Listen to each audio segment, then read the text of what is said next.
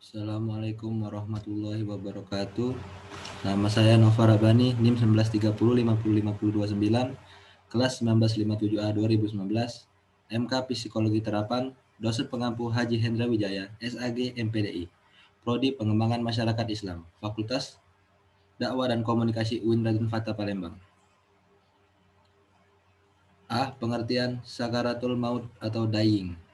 Sakaratul maut atau dying merupakan kondisi pasien yang sedang menghadapi kematian, yang memiliki berbagai hal dan harapan tertentu untuk meninggal.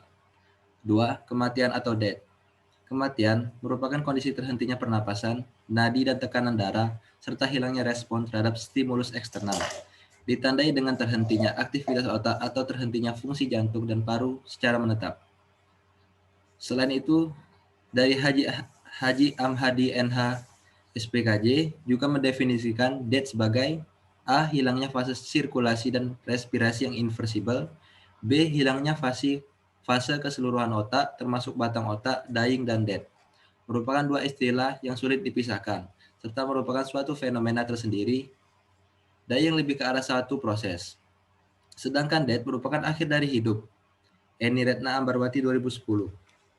3. Cabang ilmu yang berkaitan dengan dying, yaitu A. Geriatri, ilmu yang mempelajari penyakit pada lanjut usia atau degeneratif. B. Gerontologi, disiplin ilmu di luar atau cabang geriatri yang mempelajari aspek fisik, mental, dan psikososial yang ada pada lanjut usia untuk menunjang pelayanan geriatri bagi penderita lanjut usia. B. Deskripsi tentang pola hidup sampai menjelang kematian.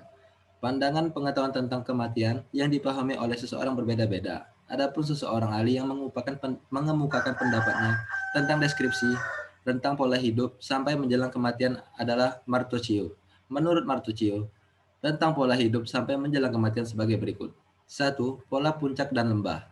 Pola ini memiliki karakteristik periodik sehat yang tinggi atau puncak, dan periode krisis atau lemah. Pada kondisi puncak, pasien benar-benar merasakan harapan yang tinggi atau besar. Sebaliknya, pada periode lemah, klien merasa sebagai kondisi yang menakutkan, sampai bisa menimbulkan depresi.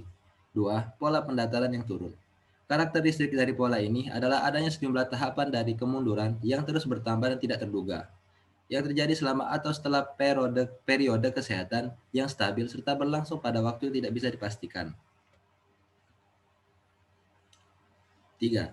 Pola tebing yang menurun. Karakteristik dari pola ini adalah adanya kondisi penurunan yang menetap atau stabil yang menggambarkan semakin buruknya kondisi. Kondisi penurunan ini dapat diramalkan dalam waktu yang bisa diperkirakan baik dalam ukuran jam atau hari.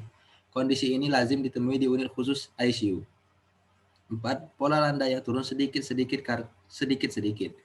Karakteristik dari pola kehidupan ini yang mulai surut, perlahan dan hampir tidak teramati, sampai akhirnya menghambat menuju kemautan. C. Perkembangan persepsi tentang kematian. Di dalam kehidupan masyarakat dewasa, kematian adalah sesuatu yang sangat menakutkan. Sebaliknya, pada anak-anak usia 0-7 tahun, kematian itu adalah suatu hal yang biasa saja.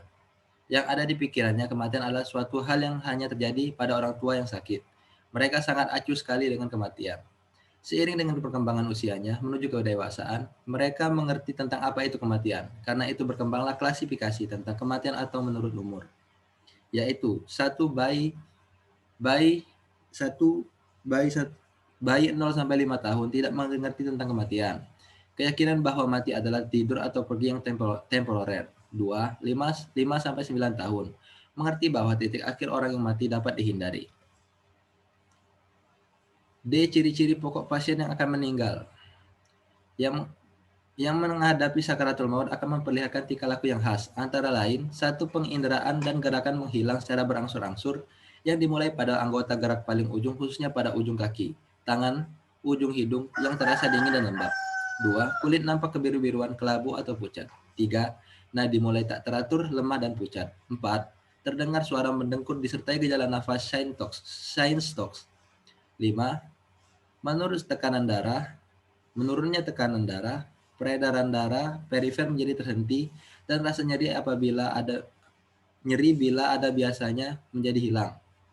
Kesadaran dan tingkat kekuatan ingatan bervariasi tiap individu. Otot rahang menjadi mengendur, wajah pasien yang tadinya kelihatan cemas nampak lebih pasrah menerima. Oke, sekian itu saja yang dapat saya sampaikan. Wassalamualaikum warahmatullahi wabarakatuh.